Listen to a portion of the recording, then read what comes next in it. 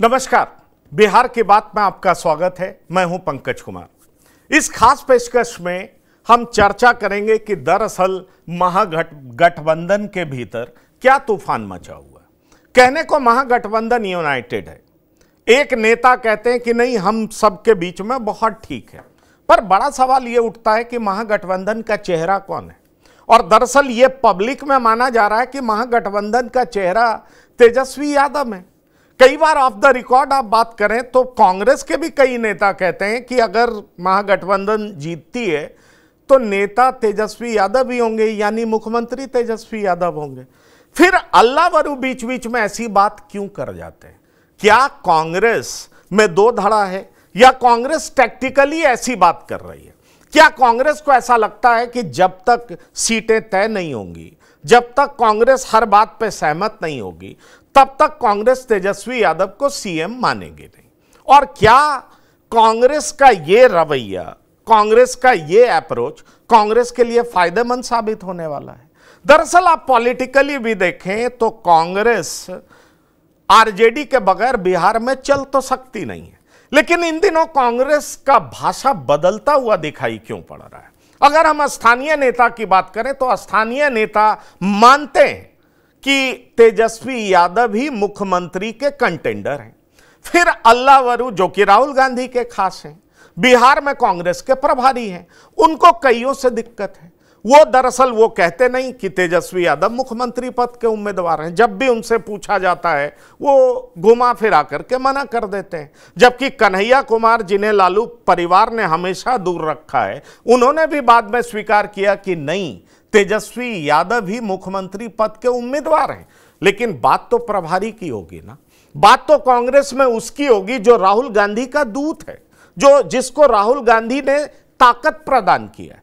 तो फिर अल्लाहवरू के द्वारा इस तरह बोलने का मतलब क्या है, इसकी हकीकत हम बताएंगे, इसकी पड़ताल करेंगे, महागठबंधन के भीतर की राजनीति के बारे में बताएंगे, कांग्रेस को किस किस से दिक्कत है उसके बारे में बताएंगे, और आरजेडी और कांग्रेस के बीच में चल क्या रहा है हम वो भी बताएंगे। दरअसल एसआईआर को लेकर के राहुल गांधी जिस तरीके से बिहार की सड़कों पर उतर रहे हैं, नेतृत्व प्रदान कर रहे हैं, क्या आरजेडी के भीतर कहीं ना कहीं इसको लेकर के एक डर भी है कि कांग्रेस अपने आप को मजबूत करने का प्रयास लगातार बिहार में कर रही है और इससे नुकसान आरजेडी को हो सकता है? इन सब बातों का क्या मतलब है हम आपको बताने जा रहे हैं, लेकिन आप सुनिए पहले अल्लाहवरू कह क्या रहे हैं और फिर शक्ति यादव क्या कह रहे हैं आरजेडी की तरफ से, फिर हम शुरू करेंगे चर्चा। बिहार के मुख्यमंत्री बनाने का अधिकार बिहार की जनता को है, बिहार के एमएलए को है। जो वो चाहेंगे वो मुख्यमंत्री बनेंगे। कौन मुख्यमंत्री होंगे सर, बता दीजिए। वही तो मैं कह रहा हूँ, आप मेरे से पूछो, जनता से पूछो। 2020 के मुख्यमंत्री के चेहरे उन्हीं के थे, और मैं दो टुक बोल देता हूँ। 2025 में मुख्यमंत्री के चेहरे बिहार में तेजस्वी जी हैं, चूँकि जन आकांक्षा, जन स्वीकारता और जन विश्वास तेजस्वी जी में निहित है। कौन क्या बोल रहा है वो हमारे लिए महत्वपूर्ण नहीं है। ये बात सत्य है कि जनता तय करेगी कि मुख्यमंत्री कौन होगा, और जनता ने कमर कसा है तेजस्वी जी को मुख्यमंत्री बनाने का। इसलिए एक नारा गांव में, कस्बों में, पगडंडियों में, सड़कों पे, चाय की दुकानों पे एक ही नारा, नया बिहार, तेजस्वी सरकार, पूर्ण बहुमत अब की बार। भैया, सीएम का चेहरा हमेशा एमएलए तय करती है। एमएलए उसी को चुनती है जिसके नेतृत्व में एमएलए चुनाव लड़ रहे होते हैं। सीएम का चेहरा तो तय है यहाँ पे। हाँ, यहाँ वैकेंसी है। कौन है ये कृष्णा अल्लाहवरू? मैं नहीं जानता हूँ। राजद से पूछिए, वो जानते होंगे, उन्हीं के कोई सहयोगी होंगे दाएं बाएं। कांग्रेस नाम की कोई चिड़िया को बिहार में जानता भी है? ये तो बीजेपी के प्रवक्ता थे, और ये जिस तरीके से बातें करते हैं ये इनका निराला अंदाज है। लेकिन ये मैसेज दे देते हैं अल्लाहवरू कौन है, पर अल्लाहवरू कौन है ये उनको पता है, और कांग्रेस की संस्कृति क्या है ये भी उनको पता है कि भाई कांग्रेस एक दूत भेजती है जिसको हाई कमान का विश्वास प्राप्त होता है, और वो जो बातें कहता है वही एमएलए मानते हैं। तो फिर कांग्रेस हाई कमान द्वारा भेजे गए दूत के द्वारा अगर इस तरह की बात की जाए कि जनता चुनेगी, एमएलए चुनेगा, तो इसका मतलब तो साफ है ना कि वो तेजस्वी यादव को मुख्यमंत्री का उम्मीदवार नहीं मान रहे। और जहां तक शक्ति यादव कह रहे कौन क्या बोल रहा है इससे फर्क नहीं पड़ता, तो कौन बोल रहा है भाई? आपका गठबंधन बोल रहा है, आपके घटक दल का सब दूसरा बड़ा गठबंधन का दूसरा बड़ा घटक दल बोल रहा है, तो फिर कौन बोल रहा है इससे आपको फर्क कैसे नहीं पड़ता है? चलते हैं अपने मेहमानों के पास जो हमारे साथ जुड़ रहे हैं और वो इस बारे में बताएंगे कि दरअसल चल क्या रहा है। और आपको बता दें कि हमारे साथ नरू लोढ़ा साहब वीआईपी पार्टी से जुड़े हैं। ये पूर्व में आईपीएस रहे हैं और इन्होंने वीआरएस लिया है, वीआईपी पार्टी के प्रवक्ता हैं और सही कहूं तो ये महासचिव है। तो आपका नरू लोढ़ा साहब बहुत स्वागत है टीवी 9 के प्लेटफॉर्म पर। नीरज कुमार जी हैं, तेज तर्रार प्रवक्ता हैं बीजेपी के, वो भी हमारे साथ जुड़ रहे हैं। आपका भी बहुत स्वागत है नीरज जी, आप हमारे साथ जुड़े। अन्य मेहमान भी बहुत जल्दी हमारे साथ जुड़ने जा रहे हैं। नरू लोढ़ा साहब, ये पार्टी के भीतर अगर कांग्रेस इस तरह की बात कर रही है तो आरजेडी मीडिया में भले ही कह दे कौन क्या बोल रहा है इससे फर्क नहीं पड़ता, लेकिन फर्क तो पड़ता है, कांग्रेस बोल रही है। एक महागठबंधन की दूसरी बड़ी पार्टी का प्रभारी बोल रहा है, फर्क कैसे नहीं पड़ता है?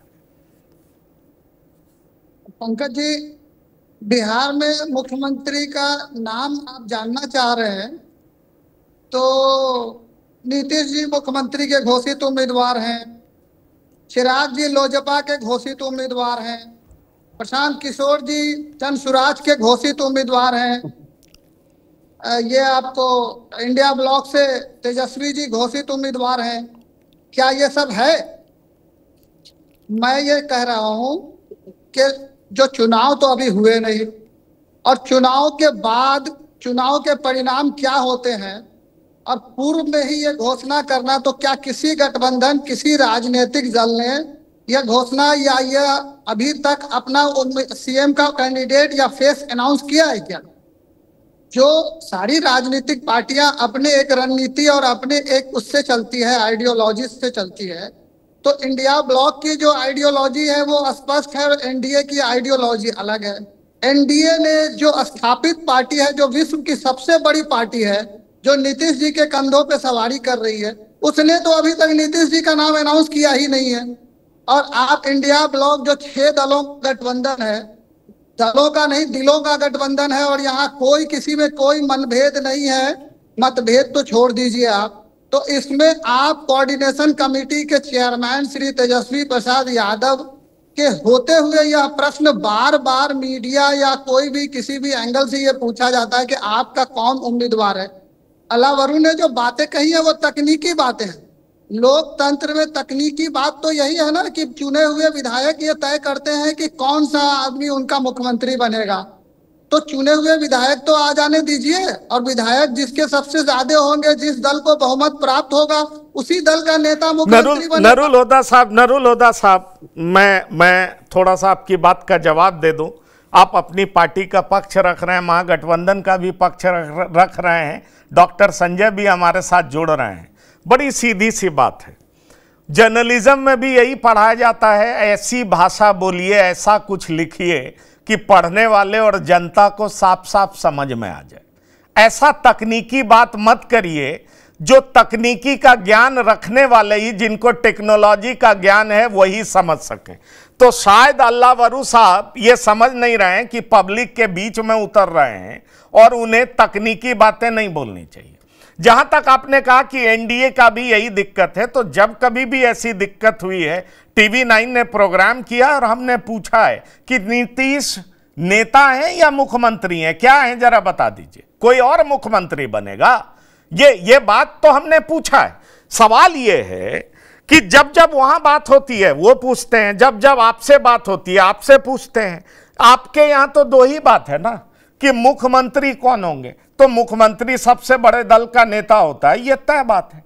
तो अगर ये भी कह देते हैं कि सबसे बड़े दल का नेता मुख्यमंत्री होगा क्योंकि उसका विधायक सबसे ज्यादा होगा तो वही मुख्यमंत्री होगा, तो भी बात समझ में आती है। जनता चुनेगी, विधायक चुनेगा, ये बात समझ में नहीं आती, क्योंकि एनडीए में एक चीज तो क्लियर है कि नेतृत्व नीतीश कुमार का होगा और यहां तो यह भी क्लियर नहीं, आपने कोऑर्डिनेशन कमेटी का अध्यक्ष बनाया है, नेतृत्व किसका होगा यह भी आप कांग्रेस की पार्टी के ही लोग कभी तेजस्वी का नाम लेते हैं, प्रभारी मना कर देते हैं, एक धड़ा है मना कर देता है। तो ऐसी तकनीकी बात क्यों करते हैं जिससे जनता कंफ्यूज्ड होती है? मीडिया को कंफ्यूज कर लीजिए, चलेगा, क्योंकि मीडिया और आपके साथ सांप सीढ़ी का खेल चलता रहता है, लुका छिपी होता रहता है, लेकिन आप जनता को क्यों गुमराह कर रहे हैं ये तो बता दीजिए। कोई गुमराही का प्रश्न नहीं है। बिहार में केवल दो गठबंधनों का दल है, एक एनडीए और एक इंडिया। इंडिया ब्लॉक में सबसे बड़ी पार्टी, सबसे बड़े भाई आरजेडी है। सबसे अधिक संख्या में उनके विधायक चुन के आएंगे। बहुमत अगर इंडिया दल को आता है तो तेजस्वी जी निर्विवाद नेता है, उनके नाम पे कोई कहीं मतभेद नहीं है, जिसको कहते हैं ना एकदम कंसेंसस है उनके नाम पे। तो हमारा तो कोई उम्मीदवार ही नहीं है कोई ऐसा कॉन्टेस्टेड जिसको कोई तेजस्वी जी को चुनौती दे सके। और उसी तरह यह भी स्पष्ट है कि हम गठबंधन के मजबूत सहयोगी हैं, हमें इतने पर्याप्त नंबर आने जा रहे हैं और इतनी अधिक सीटों यही मैं लगातार आपसे सवाल कर रहा हूं, क्योंकि कांग्रेस के पक्ष रख रहे हैं, महागठबंधन के नेता हैं आप, बीजेपी भी बैठी है, डॉक्टर संजय भी बैठे हैं, आप कहते हैं निर्विवाद रूप से वो नेता हैं, और निर्विवाद रूप से नेता हैं पर कांग्रेस नहीं मान रही है। आप कहते हैं हम निर्विवाद रूप से सहयोगी हैं, आप कहते हैं अंदर खाने हमें पता है कांग्रेस आप पे पूरा विश्वास नहीं करती है। मैं आपके लिए बोल रहा हूं, वीआईपी पार्टी के लिए बोल रहा हूं। तो सवाल यह है कि आप कहिए बिल्कुल, और अंदर खाने चल रहा है, ठीक है, वो पब्लिक की नजर नहीं पड़ती है, लेकिन जब आप इस तरह का भाषा कांग्रेस के मुंह से निकलेगा तो मैसेज कुछ और जाता है। इस बात को आप समझ लीजिए। और जो मैसेज परसीव किया जा रहा है, इसलिए हम आपके साथ चर्चा कर रहे हैं। आप बने रहिए हमारे साथ, अभी बहुत सारे सवाल हैं मैं पूछूंगा। नीरज जी कांग्रेस का मुख्यमंत्री बनेगा क्या? अल्लाह वरू ये कहना चाह रहे हैं? देखिए, तो अल्लाह वरू के बयान से दो बात तो बड़ा स्पष्ट है कि महागठबंधन में नेतृत्वहीनता है, हताशा है, निराशा है। और दूसरी बात, जो कोऑर्डिनेशन कमेटी उनकी बनी है वह बहुत कमजोर कमेटी है। कोऑर्डिनेशन कमेटी के अध्यक्ष शायद तेजस्वी यादव जी को बनाया गया है, तो कोऑर्डिनेशन सही से नहीं कर पा रहे हैं, इसलिए इस तरह के बार बार बयान सामने सुनने को मिल रहा है। निश्चित रूप से इन लोगों की असल स्वार्थ में बना ये गठबंधन है, स्वार्थी ताकत ये लोग हैं, सिर्फ कुर्सी के लिए। बिहार के विकास से इन्हें कोई लेना देना नहीं, ये बिहार की विकास की बात नहीं करती है, सिर्फ मुख्यमंत्री कौन बनेगा। मेरा तो सलाह है कि ये लोग जितने हैं हफ्ता में एक दिन बांट लें, एक दिन तेजस्वी यादव सीएम बन जाए, एक दिन मुकेश सहनी बन जाए, एक दिन कांग्रेस से कोई बन जाए, कभी माले से, कभी भाकपा से, तब जो है एक दिन ये लोग बांट लें। लोकसभा चुनाव भी इनका यही असर हुआ था साहब, कोई नेता नहीं, कोई नीति नहीं, अभी भी यही इनका हाल है। तो इसलिए इनका बहुत बढ़िया हाल नहीं रहने जा रहा है इस चुनाव में। जिस तरह इनके चेहरा पे धुंध है, उसी तरह इनके भविष्य में भी अभी धुंध है, स्पष्ट नहीं है भविष्य इनका। और निश्चित रूप से बिहार की जनता ने देखा है कि बिहार को जंगल राज की दलदल से निकालकर एनडीए सरकार, नीतीश कुमार की अगुवाई वाली एनडीए सरकार ही यहां तक लाई है, विकास के रास्ते पर लाई है। और अब बिहार के विकास के उड़ान को नया पंख लगा है, तेज रफ्तार से बिहार विकास कर रहा है। इसलिए बिहार की जनता को सिर्फ और सिर्फ एनडीए के नेतृत्व पर ही भरोसा है। ये ट्रायल्ड एंड टेस्टेड सरकार एनडीए ने बिहार में दिया है, जहां भय का माहौल नहीं है, शांति का वातावरण है, लोग और सुरक्षित महसूस करते हैं, महिलाएं सुरक्षित महसूस करती है। इसलिए अब तेजस्वी यादव स्वयं को घोषित करते रहते हैं मुख्यमंत्री हैं, कांग्रेस कहता है कि एमएलए तय करेगा। और पर आपके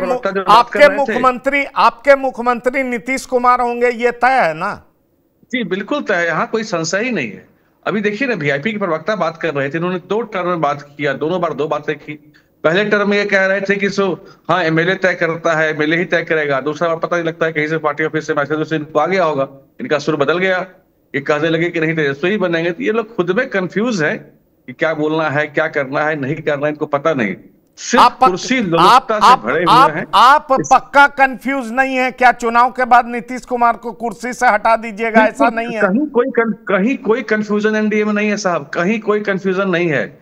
एनडीए के सभी घटक दल के साथी, 5 पांडव की तरह एक साथ नीतीश कुमार जी को हम लोग मुख्यमंत्री बनाने के लिए बिहार में काम कर रहे हैं। चूंकि हमें कुर्सी लोलुपता नहीं है, हमें बिहार के विकास से मतलब है। हम उस संदर्भ में बातें करते हैं कि बिहार को विकसित राज्य कैसे बनाया जाए। माननीय प्रधानमंत्री मोदी जी का सपना है इस देश को विकसित राज्य बनाना, और बिहार को बिना विकसित राज्य बनाए इस देश को नहीं बनाया जा सकता। तो हम लोग बिहार को एक विकसित राज्य बनाने के लिए काम कर रहे हैं। सत्ता लोलुपता, कुर्सी लोलुपता हमारा बिल्कुल लक्ष्य नहीं है। तो ये बात मान ले कि आपके एमएलए भी ज्यादा होंगे तब भी सीएम नीतीश कुमार ही होंगे, बीजेपी का एमएलए ज्यादा होगा सीएम नीतीश होंगे।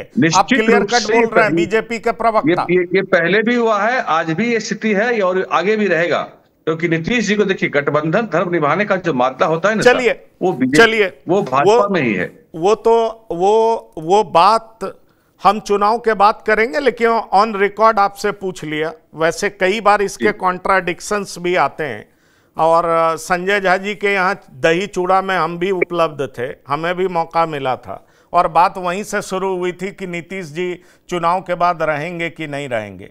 और ये दिक्कत तो आपके भीतर भी है कि कई बार दो सुर निकलते हैं। अब इसका क्या मतलब है? ये वोट लेने का टैक्टिस भी हो सकता है, तो ये वोट लेने का टैक्टिस हो सकता है, लेकिन ये चर्चा आपकी वैकेंसी नहीं है। अच्छा चलिए मान लेते हैं डॉक्टर संजय नेता बोल जाते हैं, फिर बाद में उसकी भरपाई करने सब आ जाते हैं। आप देखिए मुकेश सहनी लगातार कह रहे हैं हम उप मुख्यमंत्री हैं, एक चैनल पे तो उन्होंने कह दिया डिप्टी सीएम नहीं बनेंगे तो छोड़ देंगे, वो चैनल चला रहा था। अब नरुल हुड्डा साहब हैं, सही में यही बताएंगे, पर एक चैनल चला रहा था, मीडिया में हमने सुना भी।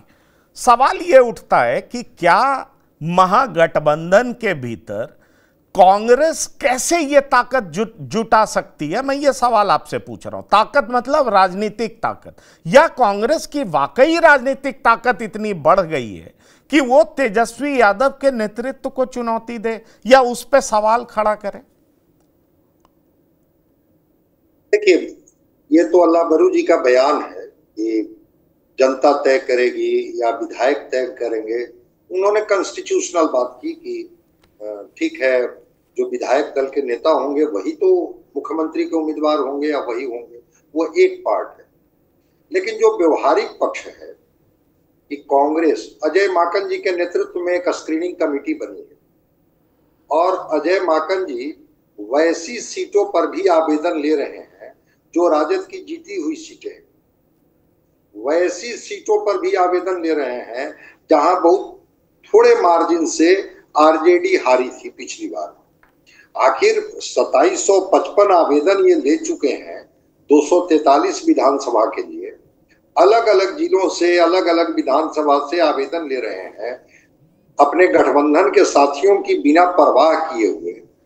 तो कहीं ना कहीं तो चीजें लगती है कि इसके मतलब क्या है। कुछ तो अंडरस्टैंडिंग बनी होगी कि आरजेडी इतना पर लड़ेगी, कांग्रेस इतना पर लड़ेगी, जो लेफ्ट की पार्टियां इतना पर लड़ेगी, वीआईपी इतना पर लड़ेगी। फिर उस सीट से आवेदन लेने का और ये बैठ करके डिस्कशन करने का क्या मतलब है कि भाई अगर आपको इस सीट से टिकट दिया जाएगा तो फिर ये आप जो दावा कर रहे हैं, ये दावा करने के आपके क्या मतलब एंगल है? कैसे आपको लगता है कि वो सीट आप जीत लेंगे? कैसे वो सीट परिणाम में बदल देंगे? तो एक तो ये पार्ट है जो थोड़ा सा लग रहा है कि हाँ ये एक पार्ट है।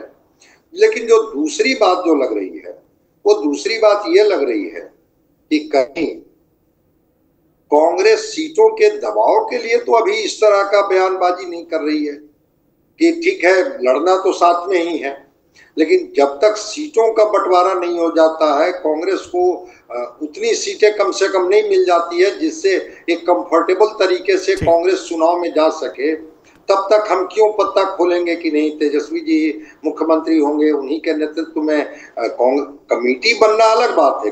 कई लोग हैं जो कोऑर्डिनेशन कमेटी के चेयरमैन होते हैं, तो क्या वो देश के प्रधानमंत्री बन गए? या कोऑर्डिनेशन कमेटी के चेयरमैन है तो राज्य के मुखिया बन गए? ऐसा नहीं होता है। कोऑर्डिनेशन कमेटी के चेयरमैन है तेजस्वी यादव, लेकिन बात तो हो रही है कि क्या वो मुख्यमंत्री के उम्मीदवार होंगे, इस पर वो टाल जाते हैं, कहते हैं कि नहीं तो जनता तय करेगी। जब जनता ही तय करेगी, विधायक ही तय करेंगे। आप ये मानते हैं कि ये सिर्फ सीटों के लिए दबाव है, आप ये मानते हैं? पर कोऑर्डिनेशन की कई मीटिंग हो चुकी है, पंकज यादव भी प्रवक्ता कांग्रेस जुड़ गए, कांग्रेस की कई कोऑर्डिनेशन की तो कई मीटिंग हो चुकी है। ठीक है आप पब्लिक में मत बोलिए, लेकिन कोऑर्डिनेशन के भीतर तो कंसेंसस होगा ना। नरुल हुड्डा साहब भी हैं, बताएंगे किस बात का कंसेंसस है। लेकिन पंकज जी, आप प्रवक्ता कांग्रेस हैं, अल्लाह वरू बोल रहे हैं कि भाई पब्लिक तय करेगी मुख्यमंत्री कौन होगा, तो क्या तेजस्वी यादव को आप लोग मुख्यमंत्री का उम्मीदवार नहीं मान रहे क्या? पंकज जी नमस्कार, कहना चाह रहे थे कि जो चीजें कॉन्स्टिट्यूशनली अगर देखिएगा तो विधायक तय करते हैं कि नेता कौन होगा। अब रह गई बात हमारा महागठबंधन का इंडियन गठबंधन का जो बात हो रहा है, तो लोग अपनी अपनी क्यास लगा रहे हैं, लोग अपने हिसाब से अपनी बातें कह रहे हैं, ऐसा कुछ है नहीं। जो चीजें आज अभी देख रहे होंगे, जिस हिसाब से हम लोग का अभी राहुल जी का प्रोग्राम लगा है और सारे महागठबंधन के कल बैठक हुई, सारे लोग थे, जो जैसा निर्णय होता है पार्टी का उस हिसाब से हम लोग जो भी महागठबंधन का निर्णय है और हम लोग कर रहे हैं। और पता नहीं ये सब बातें अब कैसे ही लोग बोल रहे हैं, अब किस आधार पे इनकी नहीं, वो लोग नहीं बोल रहे हैं, आपके प्रभारी बोल रहे हैं, हम लोग उस पर चर्चा कर रहे हैं। आप बोल रहे हैं, हम चर्चा कर रहे हैं, लोग कोई नहीं बोल रहा है, आपके प्रभारी बोल रहे हैं। और जब जब बड़ा नेता इस तरह का बयान देता है तो उसकी चर्चा तो होती है। आपकी मजबूरी हो सकती है आप बीच बीच की बात करें, लेकिन आप जो कह रहे हैं उससे आप खुद संतुष्ट नजर नहीं आ रहे हैं। और मैं अभी आप ज्वाइन नहीं किए थे तो पहले ही हमने कहा था कि दरअसल जनता के बीच में सीधा और सरल भाषा में बोला जाता है और उसमें यह कहा जाता है कि हाँ भाई इनका नेतृत्व है, लेकिन चुनाव के बाद विधायक जिसको चुनेगा वही मुख्यमंत्री होगा। आप ये बात तो कह रहे हैं, तो अगर क्या इसकी संभावना है क्या कि विधायक किसी और को चुन लेगा तो वो मुख्यमंत्री होगा? वोटिंग होगा क्या, यही बता दीजिए। कांग्रेस के प्रवक्ता क्या कह रहे हैं कि वोटिंग होगा और वोटिंग के बाद अगर दूसरा नेता चुना जाता है, टीवी 9 के प्लेटफॉर्म पर आप बता दीजिए, तो वही मुख्यमंत्री होगा। बता दीजिए पंकज जी, मैं भी पंकज, आप भी पंकज, मैं पंकज कुमार, आप पंकज यादव, बता दीजिए कांग्रेस प्रवक्ता के नाते क्या ऐसा संभावना है क्या?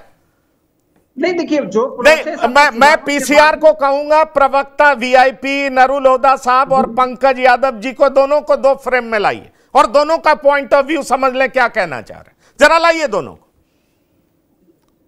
नीरज जी, पंकज जी, अच्छा मैं आ रहा हूं हुड्डा साहब, मैं आ रहा हूं, जरा पंकज जी क्लियर कर लें। जी हाँ पंकज जी, बात यह है कि जब तक विधायक का जो चुनाव होता है उसके बाद ही डिसाइड होता है। जो हमारे प्रभारी महोदय जिन्होंने कहा, जो बातें कही, तो राजनीतिक रूप से अगर देखेंगे तो ये इस तरह की जो मुख्यमंत्री का डिसीजन और ये सब चीजें जो होने लगा बीच में, ये प्रोसेस पहले नहीं था। पहले होता था कि विधायक दल का एक बैठक होता था, उसके बाद डिसाइड होता था, जो कॉन्स्टिट्यूशनल है।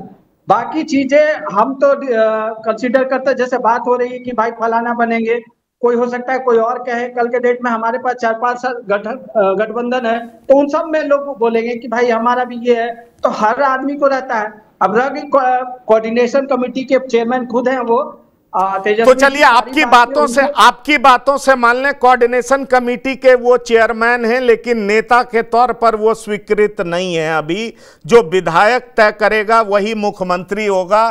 कांग्रेस के प्रवक्ता यही समझाना चाह रहे हैं, मान लें इसको जी। अब उसमें तो जो महागठबंधन डिसाइड करती है, सारे लोग बैठे। नरुल हुड्डा साहब बता दीजिए इस बात का क्या मतलब समझे, बता दीजिए। पंकज जी, इसमें आनंद मत लीजिए, मैं ये कह रहा हूँ कि नीरज कुमार सर आनंद दीजिएगा तो आनंद क्यों नहीं लेंगे, ये बता दीजिए। आनंद मत लीजिए, मैं नीरज कुमार जी की बातों पे आ रहा हूँ। नीरज कुमार जी ने कहा कि कंफ्यूजन हुड्डा साहब कह रहे हैं कि भाई कॉन्स्टिट्यूशनल मोरालिटी और जो बात का चुनाव के बाद का जो लीगलिटी है, दोनों में अंतर है।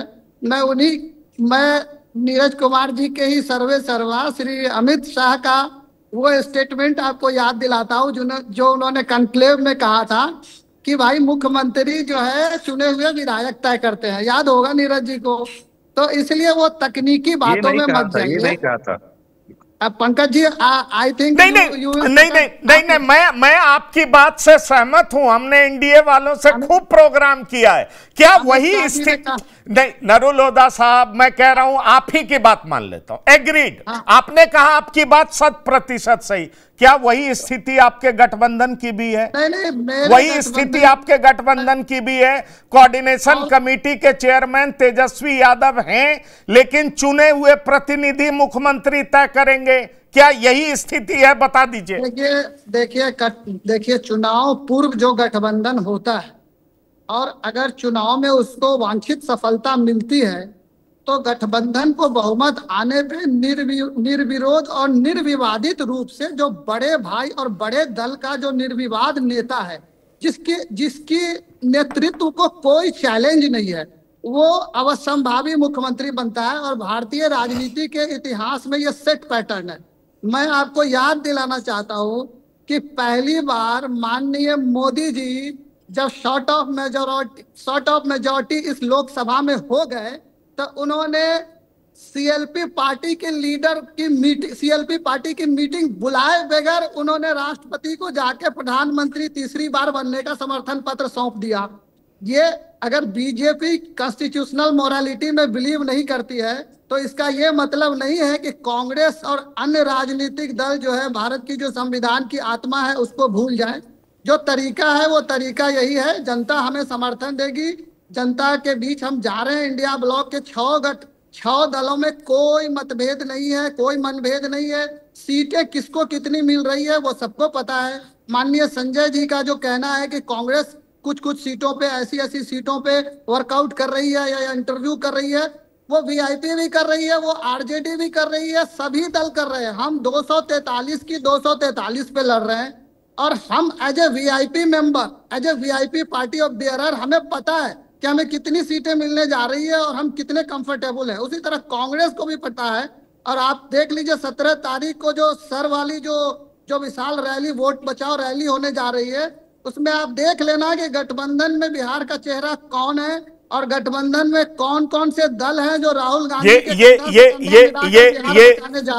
ये एक और बड़ा पॉइंट दे रहा है नीरज जी। गठबंधन में सर वाला जो पदयात्रा होने जा रहा है उसके मुख्य चेहरा तो राहुल गांधी हैं। क्या कांग्रेस का कॉन्फिडेंस फिर से बढ़ गया है?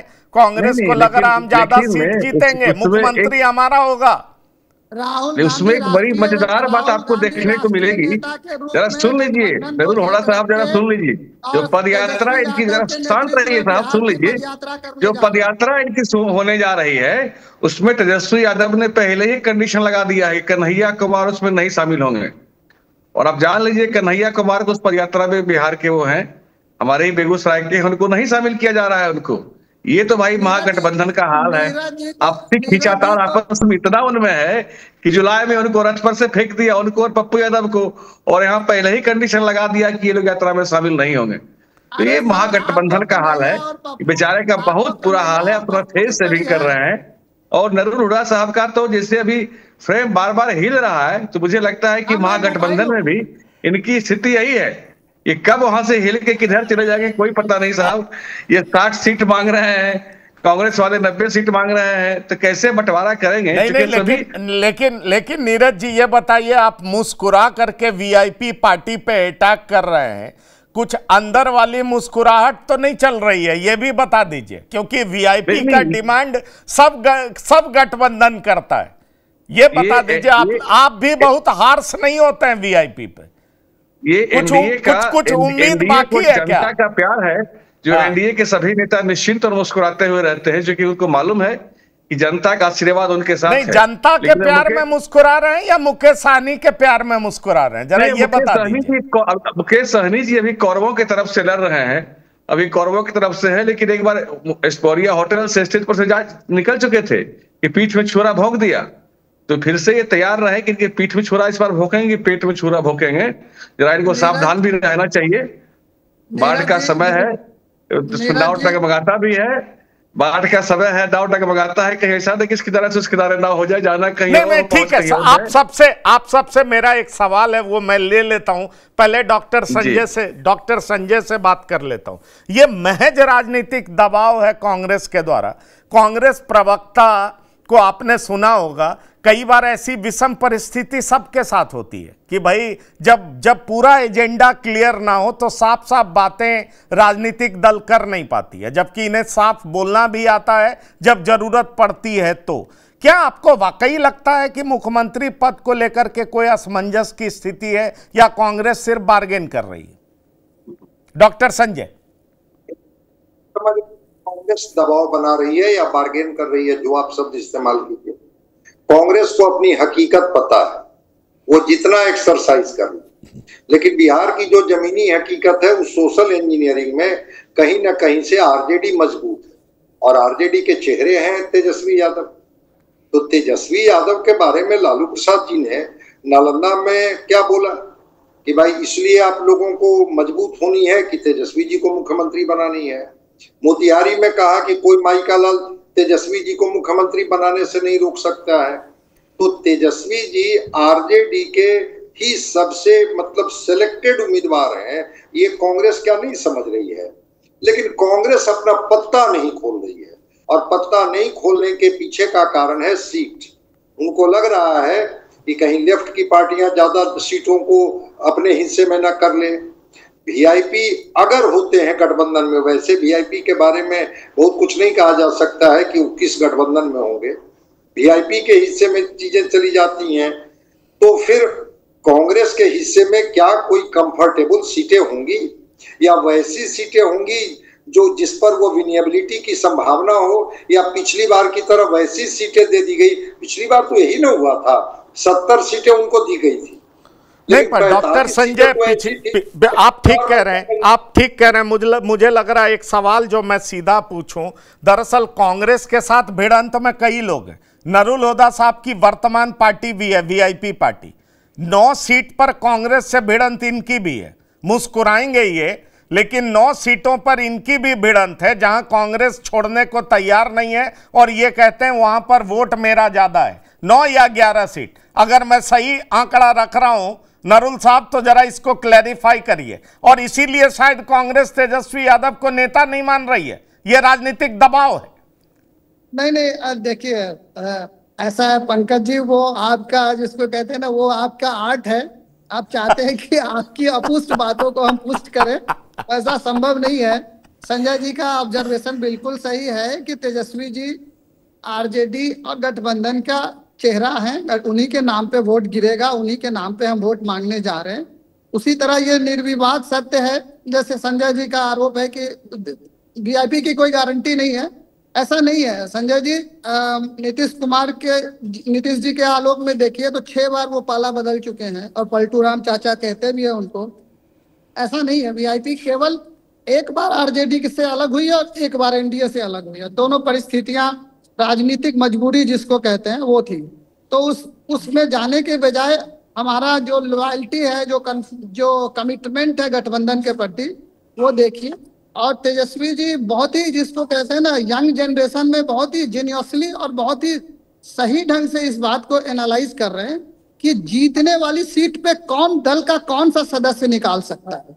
यहाँ तक कि आप लोग सिर्फ दलों की बात कर रहे हैं, वो तो व्यक्तियों की भी बात कर रहे हैं कि अगर वीआईपी किसी को लड़ा रही है तो क्या वो व्यक्ति सही में वो सीट निकाल पाता है। अगर मुकेश जी कह रहे हैं कि ये हमारा घोड़ा बहुत मजबूत है, तो तेजस्वी जी कह रहे हैं ये गो है।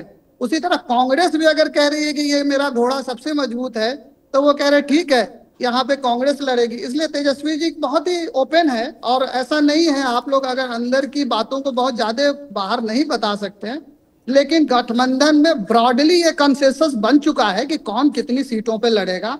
और आप देखे होंगे जितनी भी 3-4 महागठबंधन की बैठकें हुई हैं, आपको मैं कॉन्ट्राडिक्ट बताता हूं कि आज तक एनडीए की कोई बैठक नहीं हुई है जिसमें कॉन्सेंसस और एकदम जिसको कहते हैं ना वन वॉइस में सबने कहा हो कि नीतीश जी हमारे गठबंधन के मुख्यमंत्री चेहरा हैं।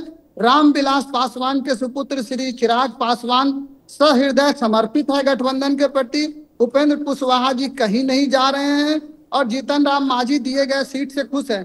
उन सबकी मजबूरी है, हम उनकी मजबूरी को अप्रिशिएट करते हैं। हमारे यहाँ गठबंधन में ना तो कांग्रेस की मजबूरी है, ना वीआईपी की मजबूरी है, और ना आरजेडी पर की नहीं मजबूरी नहीं है, नहीं ना नहीं नहीं कांग्रेस नहीं नरुल साहब यहाँ रोकूंगा मैं आपको। एक सवाल मैं आपसे करना चाहता हूं। नीरज जी बहुत समय से हाथ उठा रहे हैं, पंकज यादव भी उठा रहे हैं। नीरज जी आ रहा हूं आप दोनों के पास आ रहा हूं। नरुल साहब एक सवाल आपसे पूछना चाहता हूं। ये कॉन्ट्राडिक्शन है, आप नेता हैं, आपकी अपनी सीमाएं हैं, लेकिन एक कॉन्ट्राडिक्शन है। आप बार बार पानी पी के कहते हैं कि तेजस्वी यादव मुख्यमंत्री बनेंगे, और साथ ही आप ये भी कहते हैं कि डिप्टी सीएम मुकेश साहनी बनेंगे। आप तो कहते हैं तेजस्वी यादव मुख्यमंत्री बनेंगे, तेजस्वी क्यों नहीं कहते हैं मुकेश साहनी उप मुख्यमंत्री बनेंगे? क्या यह कॉन्ट्राडिक्शन आपको नजर नहीं आता है? नहीं देखिए, ऐसा है, हर पद की और हर व्यक्ति की मर्यादा होती है। वो स्टीयरिंग कमेटी और जो हमारी कन्वेनिंग कमेटी है उसके वो चेयरमैन है। चेयरमैन पद की मर्यादा है, वो बड़े नेता है और उनका कद जो है ना गठबंधन में सबसे बड़ा है। तो उनको यह ना तो उनके लिए ये वांछित है, और उनके मुख से ये शब्द आना कि कौन क्या बनेगा, कैसे मंत्रिमंडल का गठन होगा, किस पार्टियों को कितनी सीट मिलेगी, उन सब के लिए बहुत लोग बने हुए हैं। तेजस्वी जी को इन सब चीजों से ऊपर रखा जाए, उनको इन सब मामलों में पढ़ने की ना कोई जरूरत है, ना वो पढ़ते हैं। तो ये एक गठबंधन धर्म है। गठबंधन धर्म का तेजस्वी जी बहुत अक्षरता पालन करते हैं।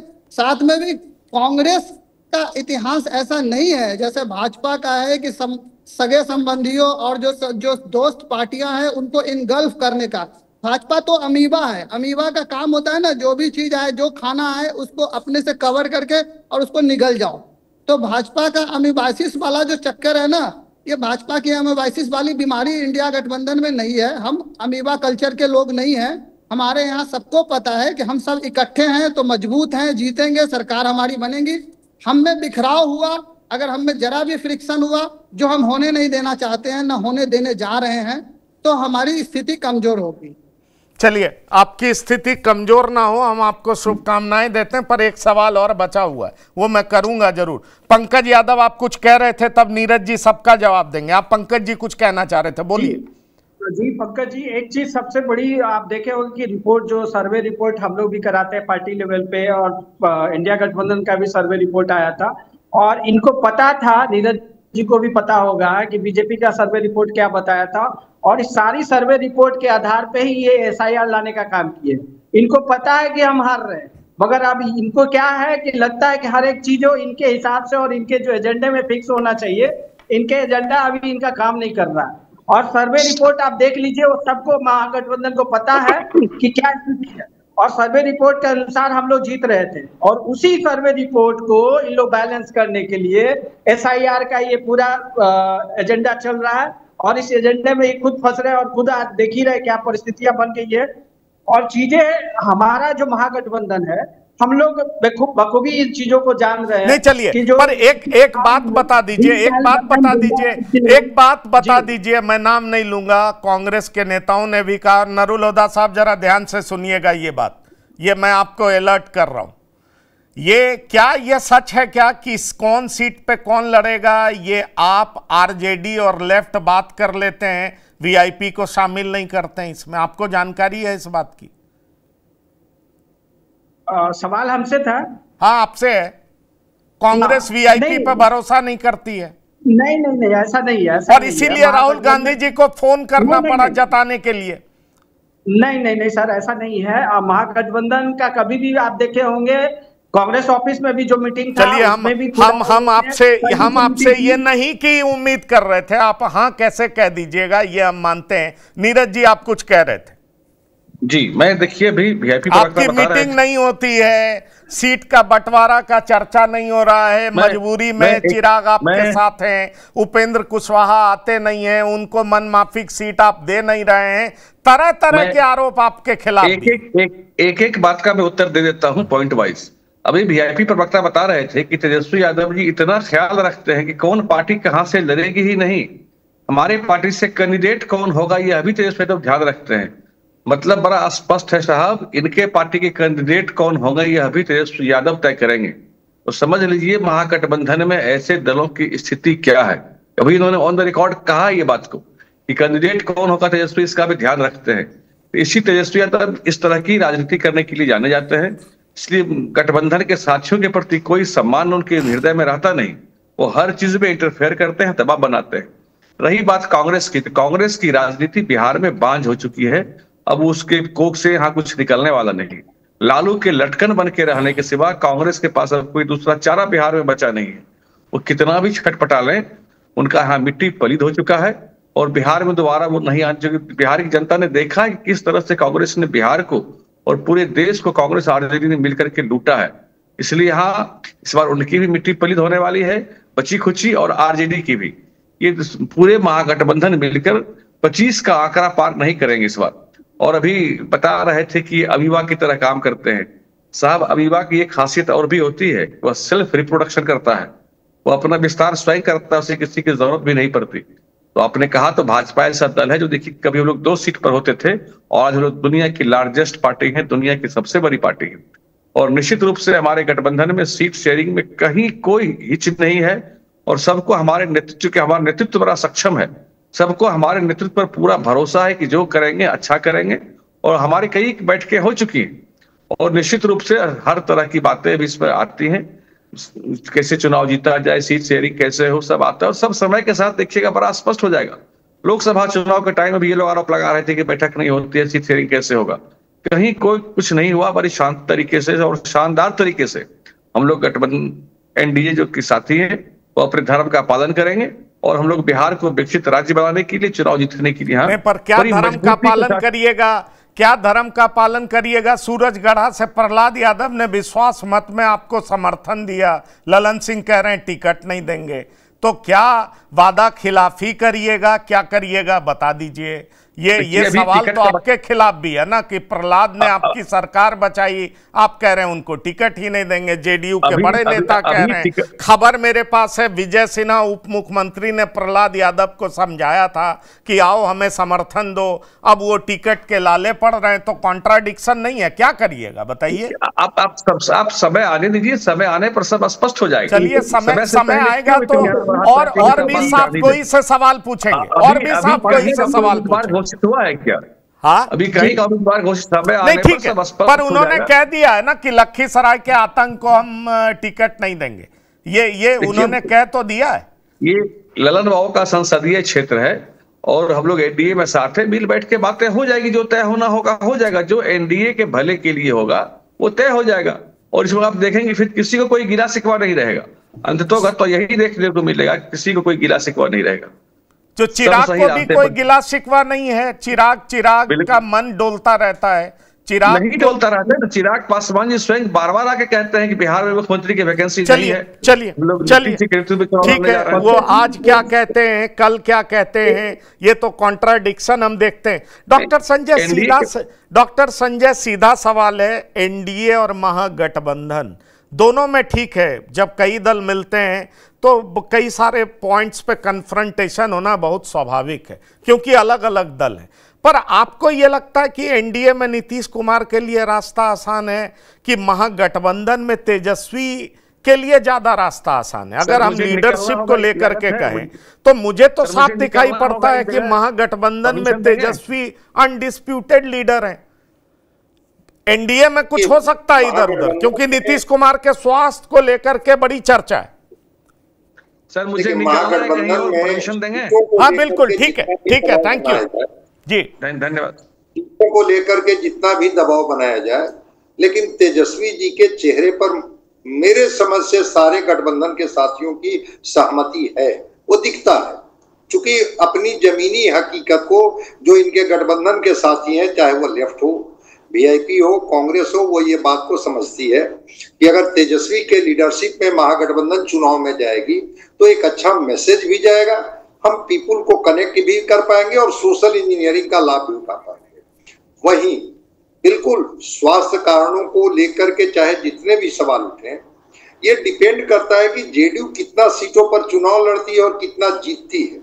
अगर वो जो 43 की बात जिस तरह से इस बार 2020 में हुआ, अगर इनके पास सीटों की संख्या ठीक ठाक जेडीयू की नहीं रही तो निश्चित रूप से एक सवाल है, बात चाहे जितनी मजबूती से कॉन्फिडेंस से कर ले कि नहीं हमारे यहाँ कोई ये डिस्प्यूट नहीं है, बिल्कुल नीतीश कुमार ही अगले बार भी मुख्यमंत्री के उम्मीदवार होंगे।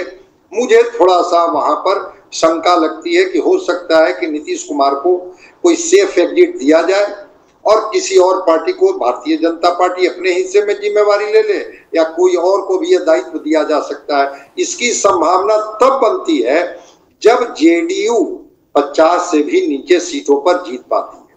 अगर 50 से ऊपर अगर वो जीत जाते हैं तब तो नीतीश कुमार सक्षम है। वो जितना देर भी शारीरिक मानसिक रूप से स्वस्थ रहेंगे, वो फिर गठबंधन को इस तरह से वो टैकल कर लेंगे कि गठबंधन के साथियों को नीतीश कुमार के मुख्यमंत्री मानने के अलावा और कोई उनके पास विकल्प नहीं होगा।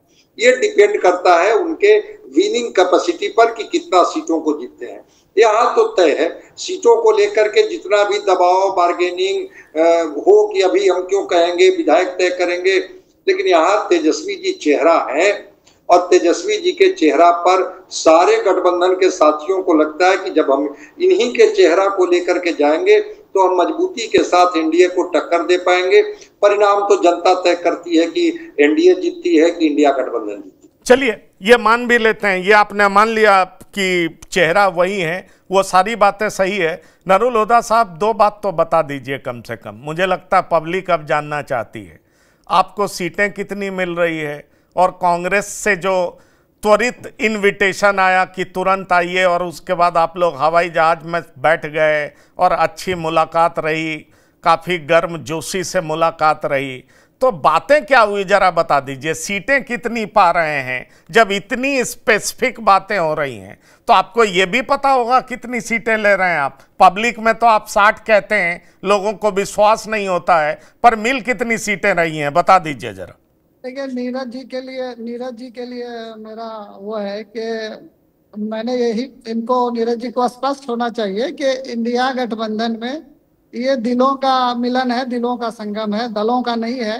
तो फिशर्स नहीं ढूंढे, उनको कुछ फायदा नहीं होने वाला, लाभ नहीं मिलने वाला है।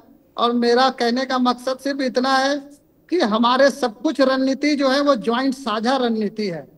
और साझा रणनीति का ये मतलब है कि सीटों का बंटवारा, सीटों कैंडिडेट्स का चयन, कौन कहाँ से लड़ेगा, ये सब बहुत अच्छे से और सारी चीज़ों का केयर करते हुए तेजस्वी जी सबको पूर्ण विश्वास में लेके कर रहे हैं और सारे लोग इकट्ठे होके करते हैं। इसलिए इतनी मीटिंग्स या इतने बैठकें हो रही हैं और इतने अच्छे माहौल में हो रही है।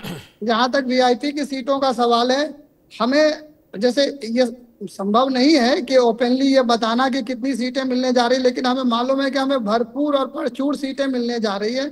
और वीआईपी अपने तरह, जिसको कहते हैं ना, अपने प्रसार और अपने उस पे ग्राउंड वर्क पे पूरी तरह से तत्पर है। हर जगह हमारे लोग लगे हुए हैं।